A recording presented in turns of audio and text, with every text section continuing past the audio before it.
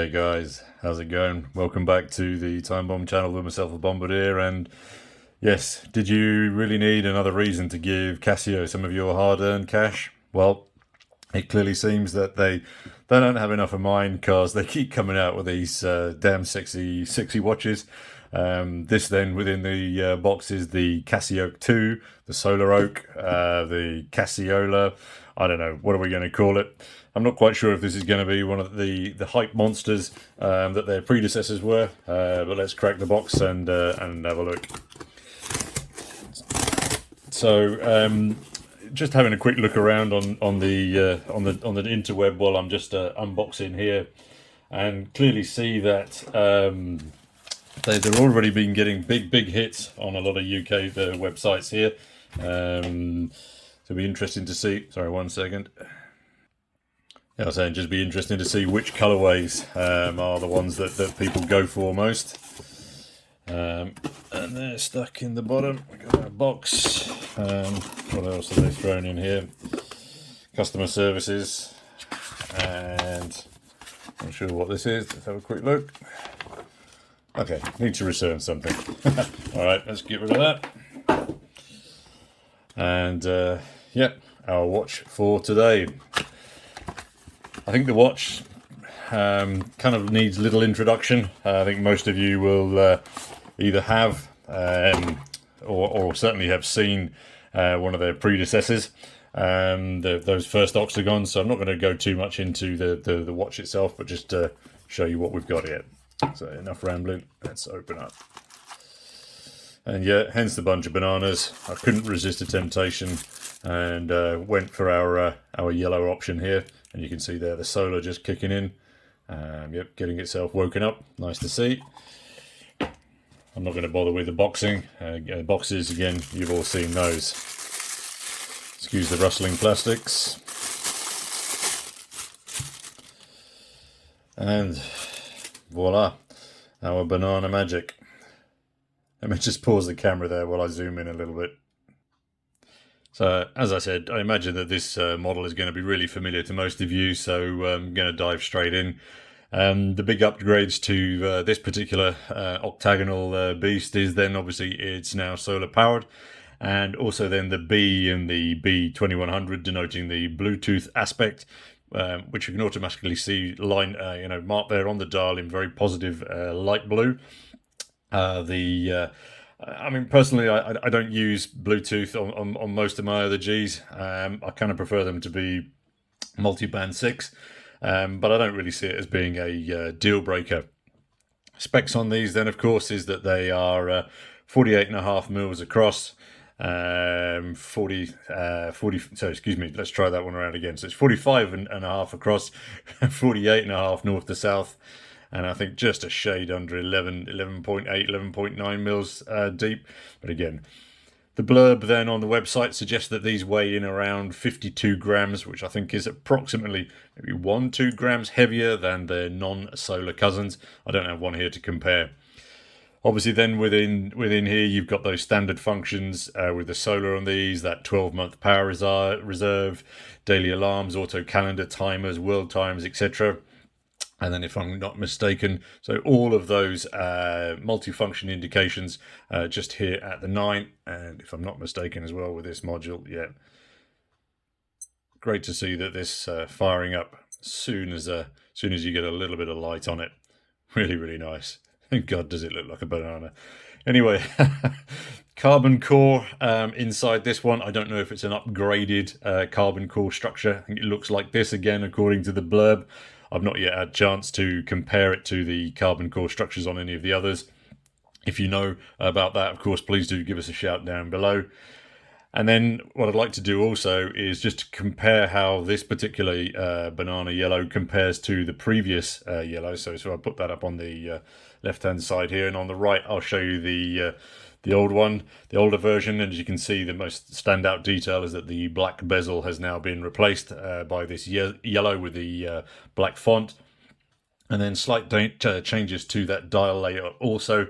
I think you can see there just quickly the water resistance now replaced by that Bluetooth marking and the tough solar. It still has the mineral glass up top, and it doesn't look to be as reflecty as I thought it was going to be. I thought it was going to be a lot shinier than that, but obviously just when you get that overhead light on it, it picks it up. But other than that, I can't really see too much about it. The dial as well, as you can see there, just as I'm moving it around, is the new dial is now sunbursty as opposed to the previous one, which I'm pretty sure was either did it have a vertical brushing or was it just purely matte? Again, I've not seen one for a while, so apologies if that's incorrect. Personally, I kind of like that sunburst on there because I think it just adds another layer to the watch. And the other thing that I'm picking up here, let me just zoom in a little bit more, is that I can just pick up, I don't know if it's a play of the light, but the G-Shock Casio branding at the top there almost seems to cast a little bit of a shadow. And I'm clearly guessing that that's because the that branding is on the upper surface that then covers those solar cells below. That's not a fantastic image, so let me see if I can, afterwards I'll take a close-up shot of that so you can see it in more detail. They've also then updated the lighting, so they now have two separate, dual illumination on these of that little digi sub dial, and then also the main one. You're not going to see a massive, no, you're not going to see anything here at all. I'll throw up some dark shots as well. This is a genuine unboxing, as you can see. There's also a little bit of Neo Bright, but it's just on the hands also. The case back then, just while we're having a quick look here. So again, simple 4 screws in here, and then obviously that new modular detail just indicated there. But again, you're never going to have to take that case back off, obviously with that solar function, unless if something's seriously going wrong with it.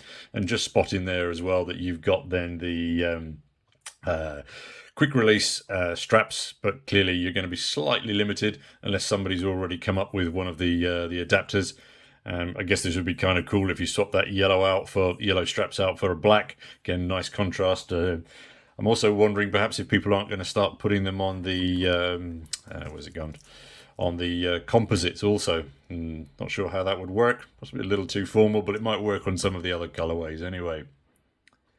Also notice then that we've got the contrasting buckle and keeper on these ones, sort of allowing for that full Killer Bee makeup overlook.